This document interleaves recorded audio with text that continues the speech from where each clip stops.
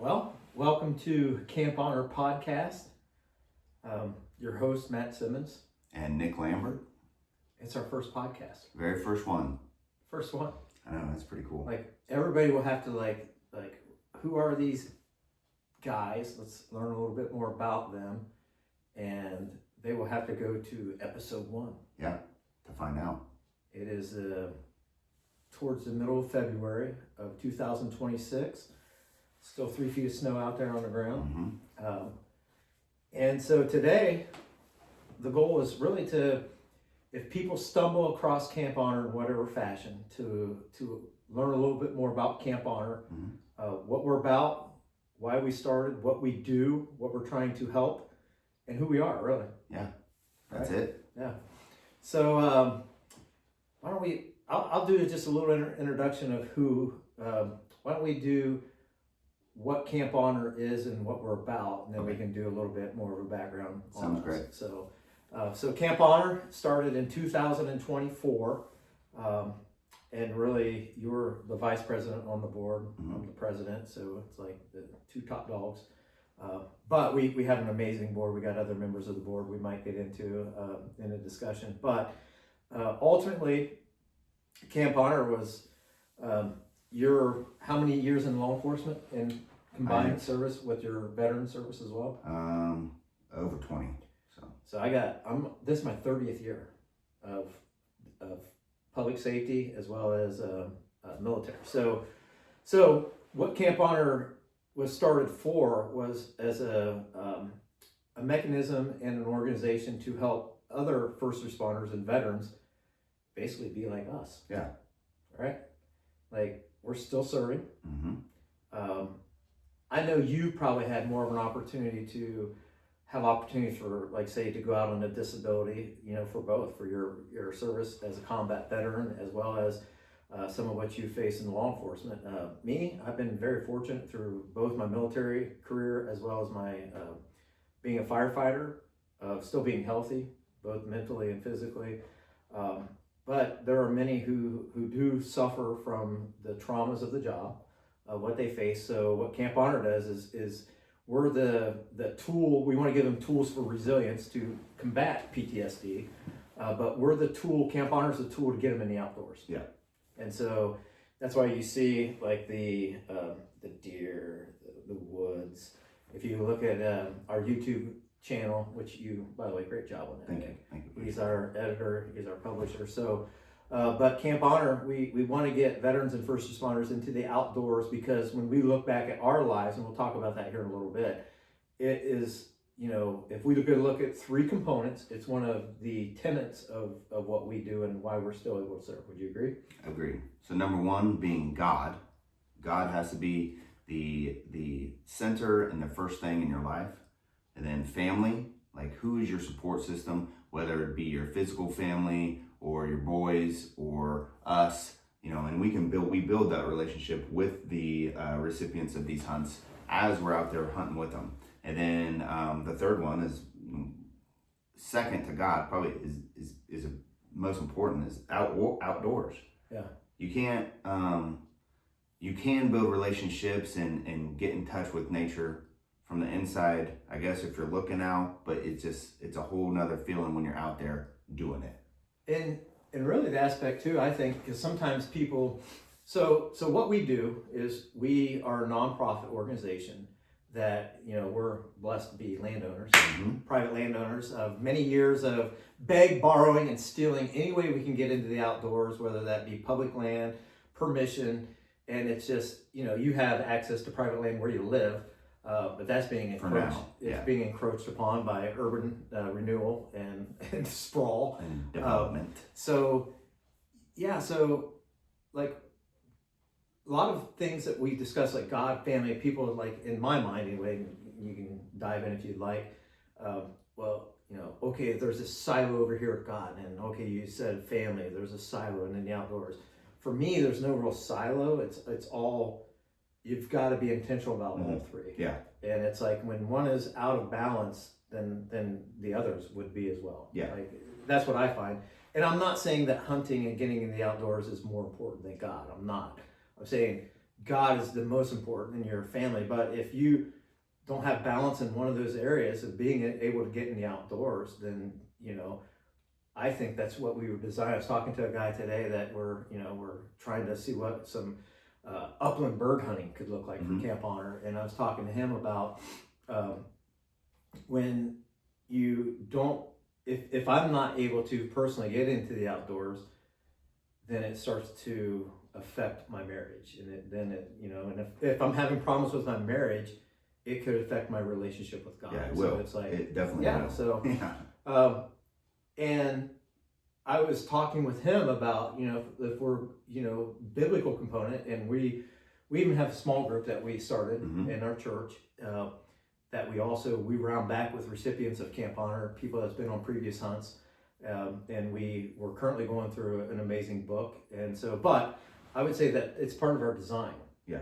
Like if our culture has tried to take that design out, meaning it's like, there's a lot of people who don't even eat meat, which is ridiculous. But back to our design in Genesis after the fall of man. Yeah. I think, prior to the fall of man, you could argue, were we supposed to go out and kill animals? I would say it's probably a good argument that we weren't. God was going to supply everything.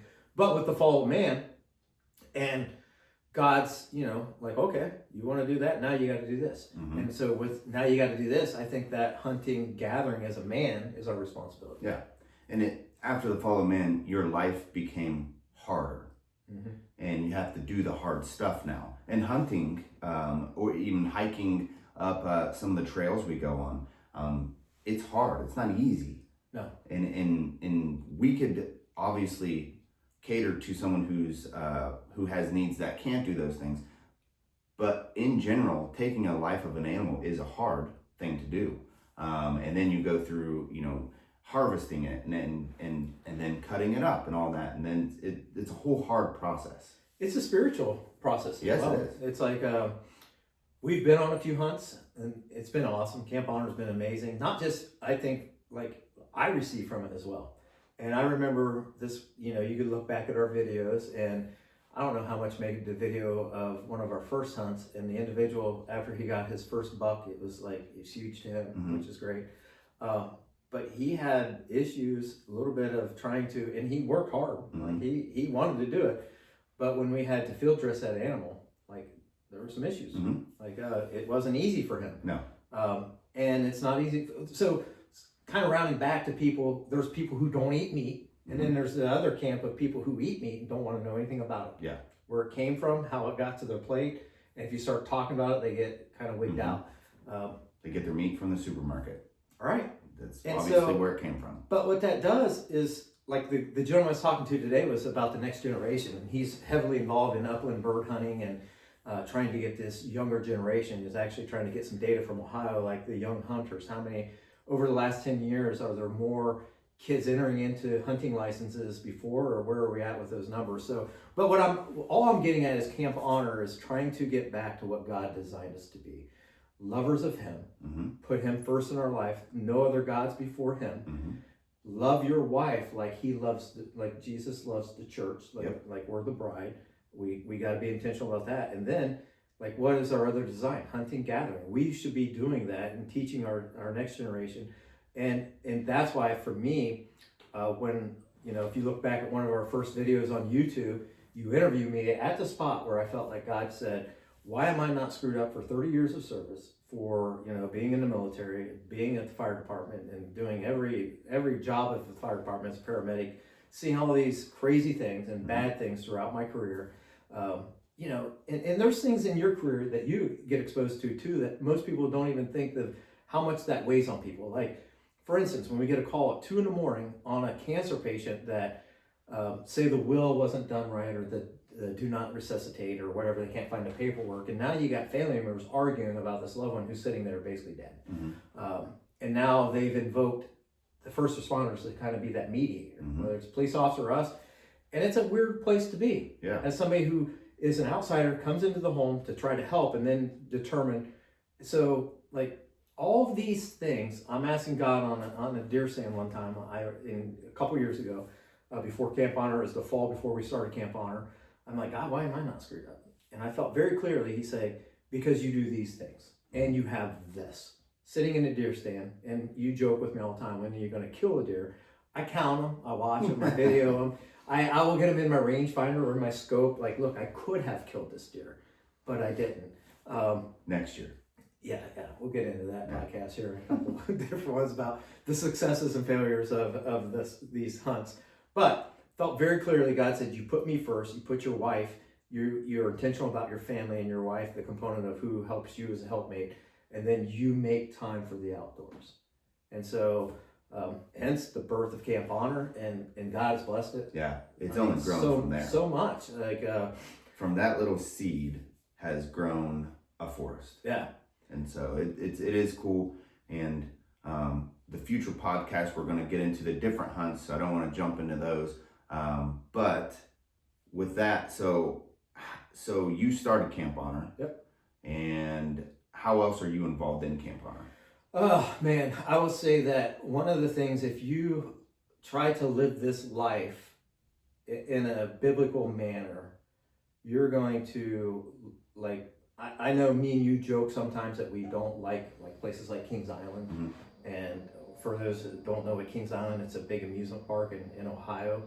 And I can't stand it because it's usually when you go, it's like 150 degrees with a 280% humidity, sweat dripping off you, to then get on a ride that beats the crap out of you. That only to be in line and have people like walking and giving you flat tires on your shoes, and they're like, dude, like.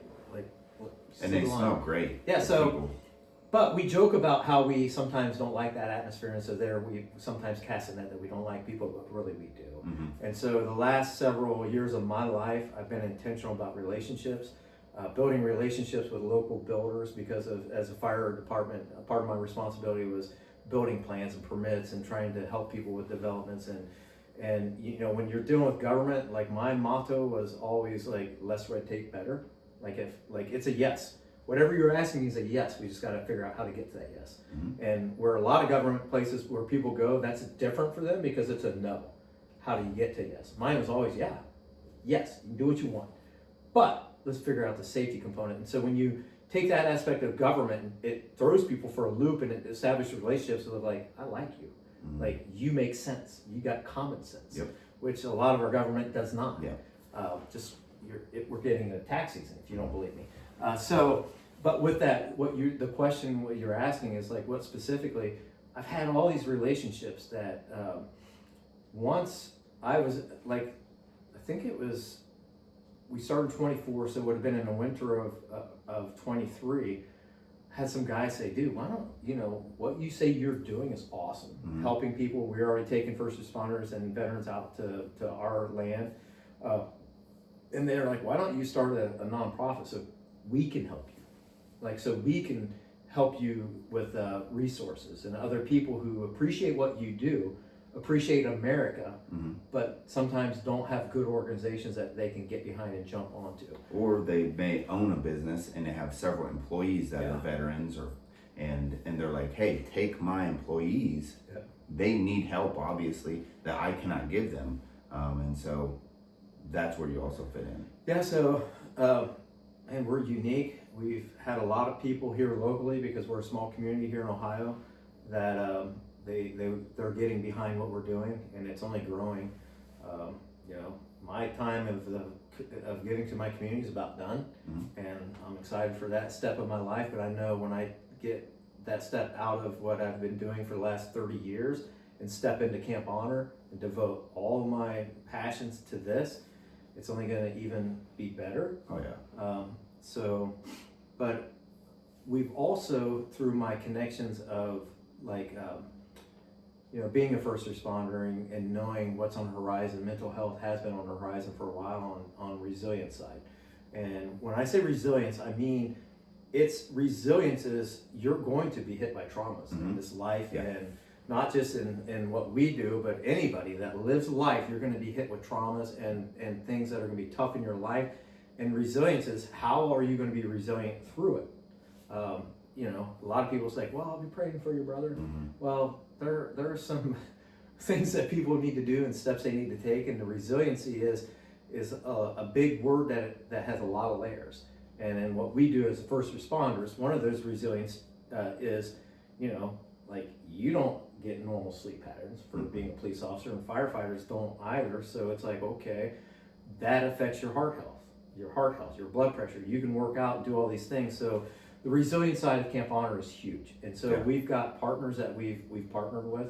One is a psychologist who specifically deals with first responders now, was in the veteran space as well, but still has contacts that we can refer people if we go out with individuals that, and what we're trained to the level of peer support.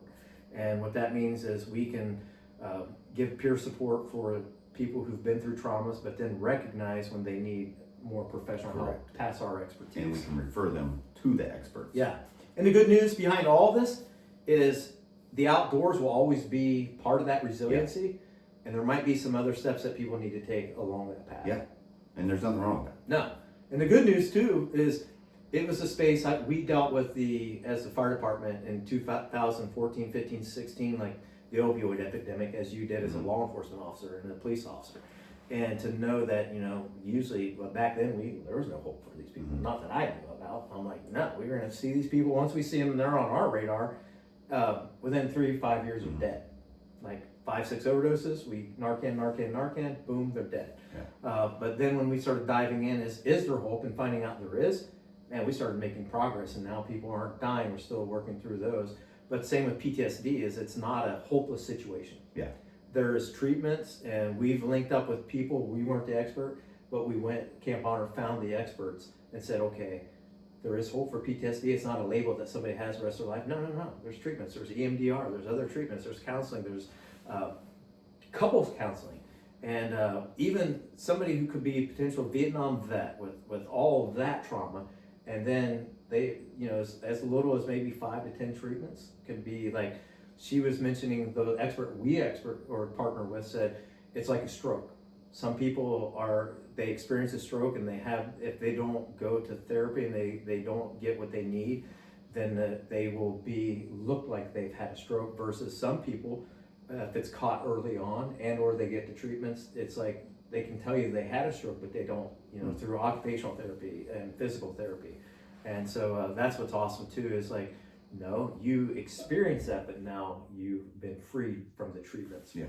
Like a healing. Yeah. And so Camp Honor, it's been a blast. Yeah. And so, I'd say this first podcast, maybe a subsequent one, we'll have time to get into more about you. Yeah. So as we go through each hunt, we're going to talk about our different roles in each hunt. Because if you watch the videos that are already on YouTube, you'll see the actual hunt through the lens of a camera, but you won't. This is like, you're gonna get like backstage passes. Oh yeah, and it's like if you watch any or listen to any podcast, which I listen to a lot of podcasts. I love listening to podcasts, especially ones that are Christian warriors, if I could say that.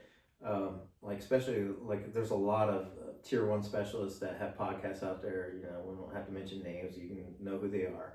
But the ones that are filled with faith, one that I will mention is the resilience one with Chad Robichaux, and he's the one that founded the Mighty Oaks Foundation. I love listening to him because he's a Christian, and so but there's certain parts of his show you don't get to hear unless you're a paid subscriber. Yeah, you don't even got to pay for this. No, not yet. Oh, not yet. And probably not in the foreseeable future. But I will say, before we end this, I will say, and then I want to hear from your side of, my expectations have been blown away with Camp Honor.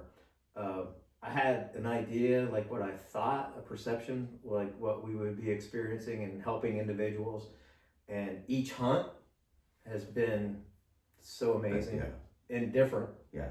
Yeah, well, every single one has been completely different. So you went through, it's a nonprofit, because sometimes people get it kind of confused when they see some of the videos. We take people hunting and they're like, oh yeah, you guys are veterans, you're both first responders, I'm police, he's fire, and now you just take veterans and first responders out on a hunt. And it's nothing like that at all. It's an actual nonprofit. We're here to help people. And for us, the way we can see helping people is taking them hunting. I've been hunting all my life. Matt's been hunting all his life. And this is not a lot of people have. Not a lot of people have been hunting. In fact, most of our hunts so far is like that's their very first animal that they've ever taken. I'd say all but maybe one or two. Yeah.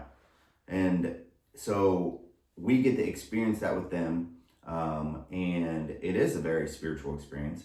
And while we're there not hunting, because you can only hunt during a day on most of these hunts, like unless you're hunting coyote or pig. But so you're during the evening hours, that's our time to really just dive into them, talk about their life, talk about our lives, and give our testimonies, our experiences with God and our family. And it's really cool to see the full picture. And you're gonna get to hear more of that stuff on this side of things, which I'm pretty excited about. Which I would say separates us from a lot of other organizations. Yeah. Oh, and nothing against any organization that takes first responders or veterans on hunts. Because I also think they're helping. They're just helping in a different way than we're helping. Like when we talk about that we dive in, people are like, oh, what do you mean? Well, from the beginning, we have a waiver that has been scrutinized by a couple of different attorneys of my acquaintances and friends.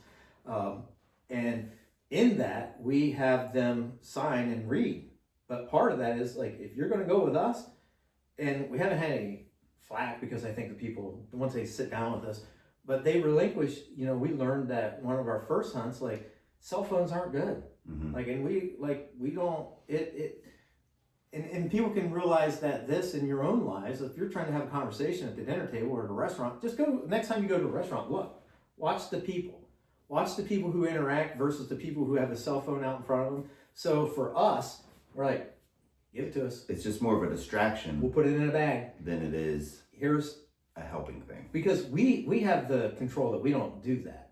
We found out one of our dudes was like kind of playing video games. It's like, dude, like no, like people just get stuck in their own lives and their own patterns where we are like just like pinpoint knowing what we're going to do with these individuals and knowing that in order to cut through the crap, we can't have distractions. We can't have them. And it's like, we have found out since we've done that, they actually like, thank you. Yeah. Like one of the last hunts were like, hey, here's the emergency number. No, I trust you guys. Yeah.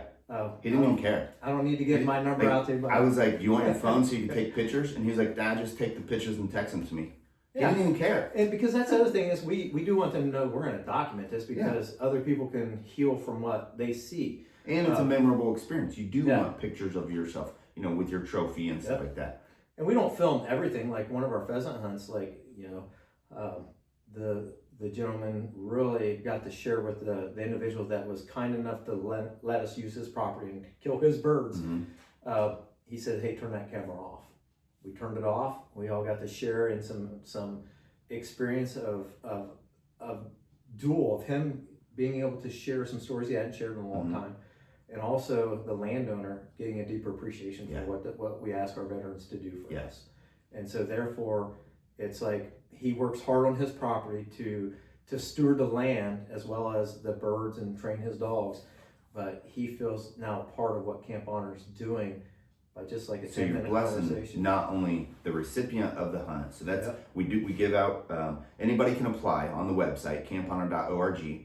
I will say though, we preference people who are referred by people that we know. Yeah, it's literally almost every single one has been a word of mouth referral. So someone who's known somebody, and then that's how they come to us. And then but you can apply, especially you can even nominate somebody. Now we're going to check with that person to see if they actually want to hunt, because we've had a few that was like, I don't even hunt or I don't fish. And I want to preference, because for anybody that's listening or watching is, well, why do you preference people? Because again, there are a lot of different avenues for people if they want a free hunt. Yeah. There are so many, and we'll guide you to those. Yeah. We'll send you the links, because what we want are people who we feel that can be like us. That if you're 35 years old and you can walk and run and hunt, go on a hunt with us, you should be able to maintain a job. Yeah. Right? Would you agree? Yeah. And so, and I don't want to like get down on anybody who doesn't fit into that category, But I know there are construction guys that are partners of us who have them individuals that say, we got John here. John's on our crew. And John is one of my best workers, except for when he's not. Like he's jacked up from what he saw in Afghanistan. Like, would you guys be willing to take that guy? Yeah, that's the ones we're after. Yeah, those are the ones Because then, like we said, we take the cell phone, we dive in, and this guy does a great job of like, hey, because a lot of people are like, hey, how's your life with serving God? Oh, it's good. I go to church occasionally. Well, that's not good enough. Because most of the people that we do take out, whether they've been a veteran or first responder, that type of conversation of like, hey, how do you train for an active shooter in a school? Well, occasionally, when they throw those trainings out, I go to them. It's been a few years since I've been at one. Well, then you would be crap. Yeah. I don't want you behind me. No. And so there are certain things, and it's like, so then you can call them on that crap because these dudes are used to training for scenarios and seeing the crap as well. And it's like, so therefore it's easy to call them on the crap. Like, where are you at with your wife? Yep. Where are you at with your relationship with your wife? Oh, it's not bad. Like, no, what do you mean by that? Like, what do you do? Like, when's the last time you went on a date night? When's the last time you paid for her to get a massage or, X, Y, Z? And it's like, because we can call them on the crap because we know what it takes to be an amazing first responder and a veteran to do it well. Yeah.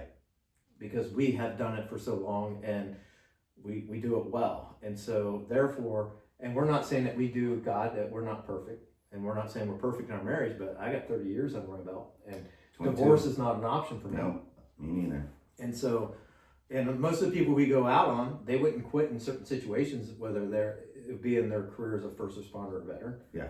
These dudes, I haven't ran into one that we've taken out yet that says, well, I don't like the intensity of the job. No, most of the people we take out, that's what they love about the job. So therefore, when we get to the roots of their faith and their family, and it doesn't stop at the hunt. No, it continues. This is like once you partner with us, you're a partner, which leads us to the last point. What type of partnerships can people? So let's say someone's out there watching this or listening to this on the podcast, and they're like, I want to help you guys out. I'm not a first responder. I'm not a veteran. How can I help? Well, first off, you can access everything that we have through our website, and that's camphonor.org. Mm-hmm. Very easy, amazing, blessed to get that. Like, come up with a name through God, and then find out the domain is there. Mm-hmm. So you can access Camp Honor. You'll get an idea of our YouTube is linked right on the front channel. Our Instagram pictures of a lot of our hunts are there, but then there's also a tab up there called Support. And so financially, first off, we need financially support to do what we do, and we've been blessed to have that. But we do have some dreams and wishes along the way over the next couple of years. And so right there, when we have partnered with Thrivent Financial as far as the avenue to give. Mm-hmm. And so it's an easy way to hit the support, takes you to a portal. You can enter your credit card or you can send a check as well. We've got a PO box, but that is a secure method that is very vetted, Thrivent Financial, on people to be able to give to us financially. And since it's a nonprofit, and we're gonna do a video here pretty soon. It'll be on the YouTube channel. The Big Beautiful Bill by Big Beautiful Donald Trump has really made it more advantageous for people to give again. Yeah. Under the Biden administration, there wasn't a lot of benefits to giving unless you gave like $24,000 a year. And very few people did give that much, so you didn't start to see the benefit on your taxes until you hit $24,000. Now it's any amount. Yeah. Up to $2,000 immediately, and then even more. So it and we can all understand, right? They didn't want certain nonprofits, especially the churches, mm-hmm. to start benefiting. So they saw the churches were still uniting, still trying to be Americans through the churches. And I think the Trump administration, again, we don't worship a man, we serve God, but we do enjoy more policies under this administration that are American based, and part of America is the church and also nonprofits like us. And so there is a financial, if you give every dollar, you can then immediate claim on your taxes. So individually, business, both those. Also, not just finances. If you have gear, if you want, let's say you want to buy something specific for Camp Honor, a weapon for us to take out hunting, like we bought a crossbow, and so if you want to purchase some type of weapon, he needs a UTV. That'd be great if anybody was listening to that. We do. So, because some of the veterans can't walk as far as us, so we got to drive them. Yeah, one of the next ones is a Vietnam vet. We're trying to take turkey hunting, and He ain't walking up some of the hills we got. So, but also land. Let's say you have some land, and you're like, hey, I don't mind if these guys you want to partner with us so we can take a veteran hunting on your land, which is also going to be beneficial to you as well. Like we talked about earlier, it's a whole circle healing, even for the landowner. Then get in contact with us. You can do that through the website as well. And we're we can legally do that, and the waivers that we have these individual signs indemnifies any landowner that we might get access to.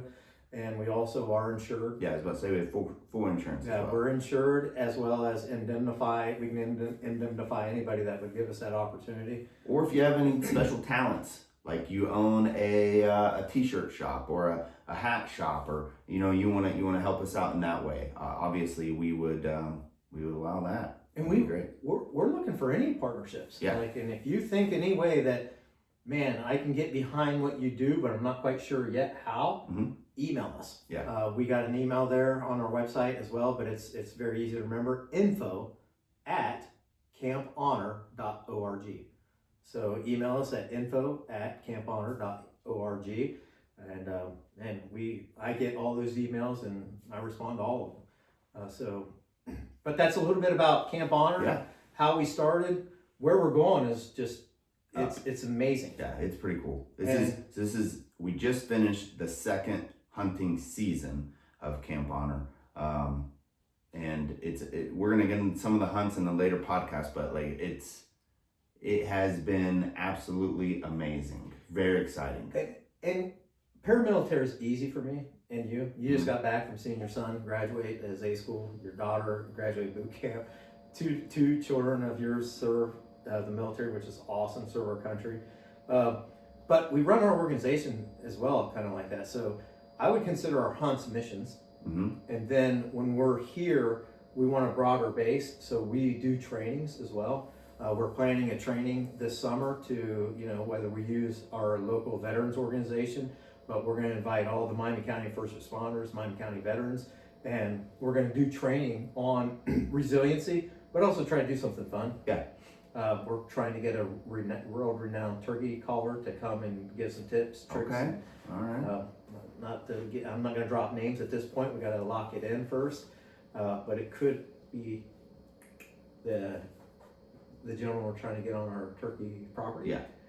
To give him a hunt, so then therefore he could maybe assist us in training. So we're going to try to do trainings like that maybe once or twice a year where we engage a larger population that we just can't take them all out. Yeah. But we don't want to hide the tools that we're trying to give the others as well. Perfect.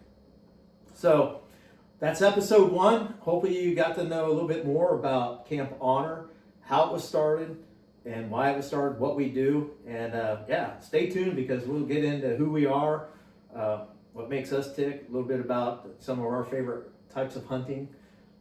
So anything to add on before we close out episode 1? No, I'm just excited to talk about the individual hunts because that's where I really thrive, is like just being there. The experience, just being with someone when they shoot their first animal, is even when they see their first animal, it's amazing. It's really cool. And I set up a Spotify account for the first one, and I think it would be easy to get the Apple podcast as well.